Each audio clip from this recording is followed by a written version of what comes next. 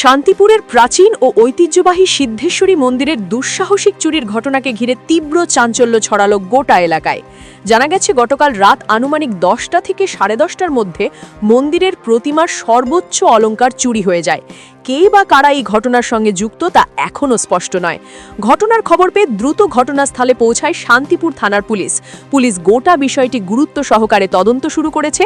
আশপাশের এলাকা খতিয়ে দেখা হচ্ছে এবং সম্ভাব্য সূত্রের সন্ধানে জোরদার তদন্ত চালানো হচ্ছে।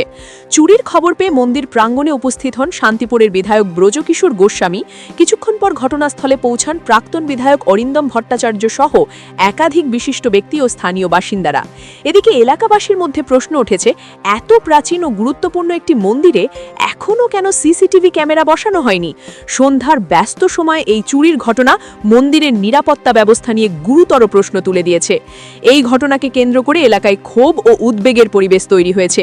দ্রুত দোষীদের গ্রেপ্তার এবং মন্দিরে স্থায়ী ও আধুনিক নিরাপত্তা ব্যবস্থা জোরদারের দাবি জানিয়েছেন স্থানীয় বাসিন্দারা। নদিয়া থেকে অর্ণব মজুমদারের রিপোর্ট, স্টিং নিউজ। বলছি আপনি তো সেবাইত, মানে কিভাবে হলো এই ঘটনা? এখানে তো রাত্রিবেলা লোক শোয়, এখানে শুয়ে থাকে সব। সে খেতে গেছে বাড়িতে, এসে দেখে যে ওই পাশটা খুলেছে। তখন তো বুঝতে পারেনি যে এটা ভেঙেছে। ওই পাশটা খুলেছে, খুলে দেখে এসব খোলা, ভেতরে সমস্ত দেখে এই সমস্ত গয়নাপাতি যেখানে যাচ্ছিল সব একদম মানে নির্মূল করে নিয়ে গেছে। শুধু এটা বুঝতে পেরেছি যে এটা সোনার, এটা সোনার নয়, ওইটা নাই। আচ্ছা, মায়ের গায়ে কি কি অলংকার ছিল?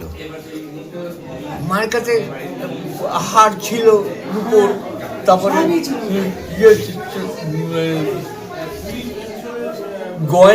গয়না বলতে হয়তো 2 ভরি 2.5 ভরি সোনা ছিল, কি 3 ভরি হবে। আর রূপো ছিল বেশ কিছু, মানে প্রায় 20-25 কেজি হবে।